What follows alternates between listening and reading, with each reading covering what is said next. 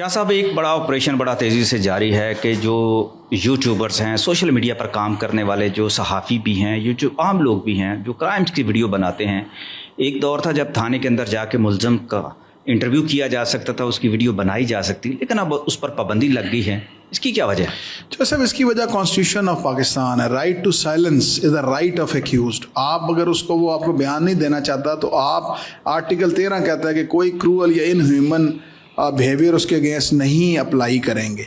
और उसके बाद सबसे बड़ी बात यह है कि सारी दुनिया के अंदर प्रोसिक्यूशन इस वजह से फेल होती है कि आप जब वीडियोस प्री ट्रायल पे कर देते हैं। मैं लाहौर की आपको मिसाल देता हूँ कि हमारे बहुत से केस ऐसे ज़ाया हुए जिसके अंदर पुलिस ने सिर्फ और सिर्फ जब एक्सेस दी एक्यूज़ को तो उस एक्यूज़ की शक्ल आ गई टीवी के ऊपर, जिसका हमने कल को शनाख्त परेड करनी थी। और शनाख्त परेड में उसने कहा कि जनाब मेरे तो टीवी पे प्रोग्राम चला है तो मेरी किस चीज़ की शनाख्त परेड। तो उस एक ASI सब इंस्पेक्टर के उस अमल की वजह से हमारा प्रोसिक्यूशन का केस तबाह होकर रह गया। इसके साथ साथ ऑनरेबल हाई कोर्ट ने इस वक्त पूरे तरीके से इसको टेकअप किए विशाल केस, और उसके अंदर उन्होंने 23/12/2023 को एक ऑर्डर पास किया था जिसके तहत उन्होंने पुलिस को पूरे तरीके से रिस्ट्रेंड कर दिया था कि आप एक्यूज्ड को कैमरा के ऊपर उसका बयान नहीं लेंगे और अंडर कस्टडी उसके ऊपर आप किसी किस्म का इस किस्म का सीक्वेंस नहीं करेंगे। आप जो सब एक और मैं बात करता हूँ, आप फैमिली के साथ जा रहे हैं, आपके टोकन टैक्स नहीं पे हुई है तो कोई तरीका नहीं है कि एक्साइज वालों ने बुलाया हुआ किसी इन्फ्लुएंसर को, टिकटॉकर को, और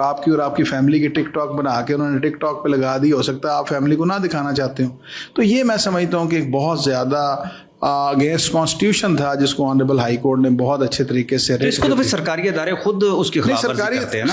खिलाफवर्जी करते थे जी, खिलाफवर्जी करते थे। इसके ऊपर अभी आपने रिसेंटली देखा होगा कि कंटेम्प्ट में DIG ऑपरेशन को भी कंटेम्प्ट का नोटिस हुआ कि 2 लड़के फायरिंग कर रहे थे हवाई, और उन्होंने उसके बाद अपने ऑफिशियल पेज से दिखाया कि उनकी टिंडें करके उनकी वीडियो लगा दी कि जनाब ये किया।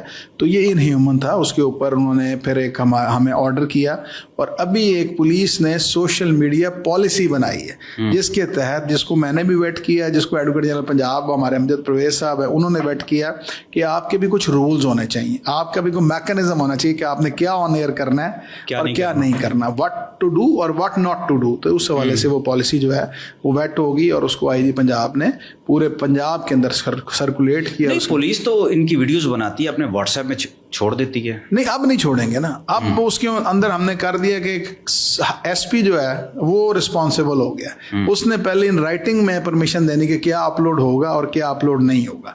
और इवन अदरवाइज के जो टिकटॉक एप्लीकेशन के हवाले से एक हर आदमी ने अपना बना लिया था, उस पर उन्होंने कहा है कि कम से कम SP जो है वो अपना PRO के थ्रू अपनी पॉलिसी स्टेटमेंट देगा। ये नहीं होगा कि आप देखें ना, पुलिस वाले खुद अपने टिकटॉक बनाते हैं, अपना सोशल मीडिया इस्तेमाल करते हैं, वो जैसे उससे लोगों के अंदर एहसास तो पैदा होता है कि अगर कानून जो है पुलिस वालों को टिकटॉक बनाने की इजाजत देता है तो हमें क्यों रोका जाता है? वो जो सब बेसिकली इशू ये है कि पुलिस का एक पॉजिटिव इमेज करने के लिए मैं समझता हूँ, लेकिन उसका ये मतलब नहीं है कि आप पीछे पंजाबी के गाने लगा लें और उसके ऊपर आप अपनी टिकटॉक बनाएं। यूनिफॉर्म फोर्स, और यूनिफॉर्म फोर्स की कुछ डेटरेंस भी रहनी चाहिए।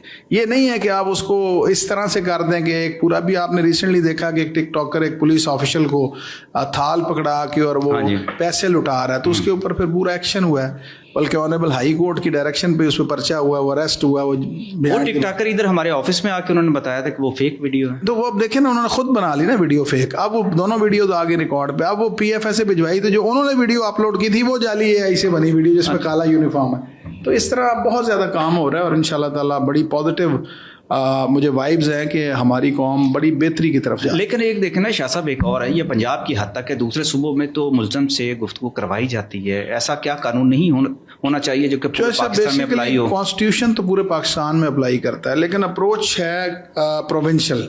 अब मैं अपने सूबे की हद तक मुख्तार भी हूँ और अपने सूबे की हद तक जवाबदेह भी हूँ, लेकिन मैं KP के हवाले से मैं जवाबदेह नहीं हूँ, तो मेरा कंसर्न नहीं है। लेकिन कॉन्स्टिट्यूशन आर्टिकल 13 हमारे पे भी अप्लाई करता है, आर्टिकल 13 उन पे भी अप्लाई करता है, इसी तरह आर्टिकल 14 है वो। बहुत बहुत शुक्रिया शाह जी, बड़ी ज़बरदस्त आपने बात बताई।